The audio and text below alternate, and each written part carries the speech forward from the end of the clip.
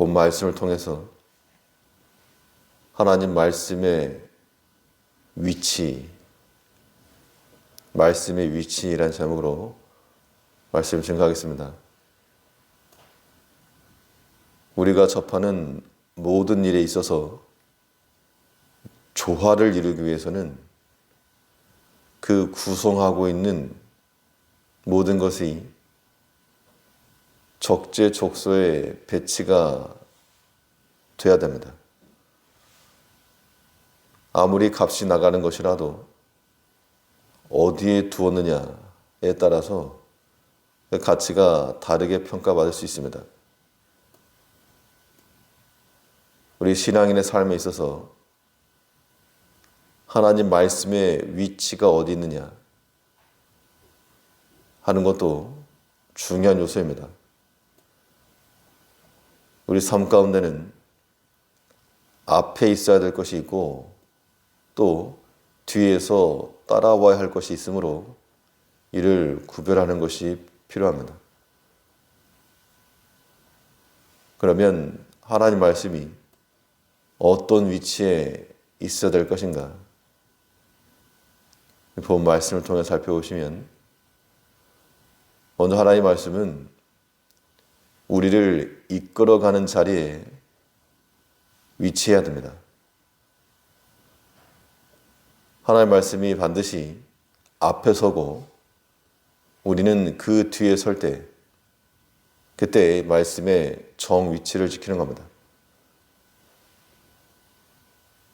사람의 지식과 경험이 하나님 말씀을 끌고 가려고 하는 것, 이거는 대실패의 결과를 가져올 것이요, 우리 모든 생각과 지식이 지혜의 말씀을 따라가는 이러한 구조를 만드는 것은 우리가 하나님의 뜻을 잘 따라가는 겁니다.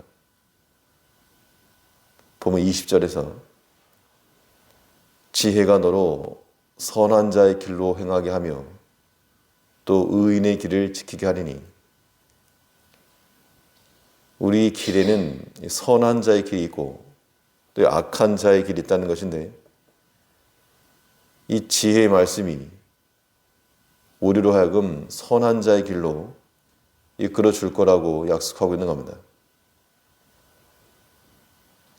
그래서 우리가 이 지혜를 따라가면 되겠는데, 만일 사람의 생각이 앞서게 되면 100% 육체의 정욕을 따라 행할 것이므로 선한 자의 길을 걷지 못하고 악한 자의 길을 걸어가는 겁니다.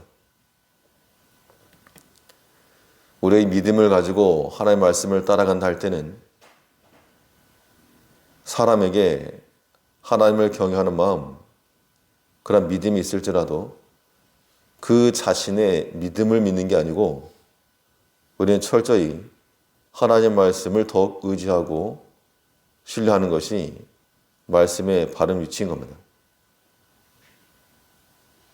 사람은 자신이 믿음이 있노라 해도 언제 넘어질지 모르는 약함을 가지고 있기 때문에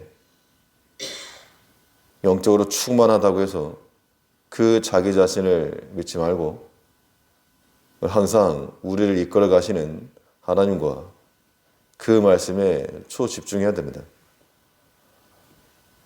다윗이 믿음이 없어서 범죄한 게 아니고 잠시 놓치고 나서, 하나님의 말씀을 잠시 놓치고 나서 선한 자의 길을 벗어나 악한 자의 길에 눈이 가게 되었을 때 범죄한 겁니다. 그래서 이 성경은 말하기를 우리 마음에 지혜와 명철함이 있어도 그것을 의지하지 말라 라고 말하고 있는데요, 잠언 3장 5절을 보시면 너는 마음을 다하여 여호와를 의뢰하고 내 명철을 의지하지 말라. 하나님의 말씀이 우리의 생각과 경험과 믿음까지라도 그 뒤에 있어서는 안 된다는 겁니다. 우리 앞에는 반드시 하나님의 말씀의 표시가 있어야 하고 그 말씀을 따라가는 것이 신앙의 바른 길임을 우리가 확신해야 됩니다. 내가 믿음이 있노라고 해서 하나님의 말씀을 자의적으로 내 뒤에 놓고 끌고 가는 것이 아니고 언제든지 하나님의 말씀 앞에서 우리 자신을 돌아보면서 하나님의 말씀이 우리를 이끌어갈 수 있도록 그 자리에 놓고 살아가는 우리가 되어야 됩니다. 하나님의 말씀이 어떤 위치에 있어야지만이 정위치인가? 하나님의 말씀은 우리에게 결과를 보여주는 자리에 있어야 됩니다. 하나님의 말씀은 마치 우리에게 장래 일을 보여주는 거울과도 같다라고 우리가 인지를 해야 됩니다. 동화 같은 데서 보면 유리구슬을 통해서 미래를 내다보는 그런 예지력을 보여주는 것처럼 우리 하나님의 말씀은 우리 자신의 앞날을 보여주는 겁니다.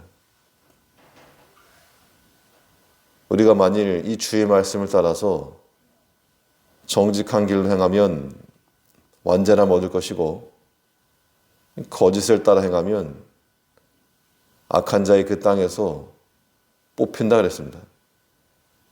21절에서 대저 정직한 자는 땅에 거하며 완전한 자는 땅에 남아있으리라. 이 정직하다는 것은 하나님 말씀과 일치함을 가리키는 겁니다. 세상의 지식도 나름의 기준이 있어서 그 지식에 정직한 자들은 하나님의 말씀과는 반대의 길로 가게 될 겁니다. 그러나 그런 결과는 어떻게 될 것인가? 22절에서 그러나 악인은 땅에서 끊어지겠고 괴율한 자는 땅에서 뽑히리라. 이 정직히 행하는 것, 하나님 말씀에 부합하며 나가는 것은 우리가 견고하게 서는 길이요, 그렇지 못하고 거짓을 행하고 하나님의 말씀과 합하지 않은 것은 마치 썩은 이와 같아서 뽑힌다는 겁니다. 썩은 이가 있으면 사실 뽑히는 게 낫지, 그게 그대로 있으면 더 큰 고통을 주는 겁니다. 우리 영혼의 고통입니다. 결국 하나님의 말씀은 우리 앞에서 우리 자신의 미래를 보여주는 겁니다.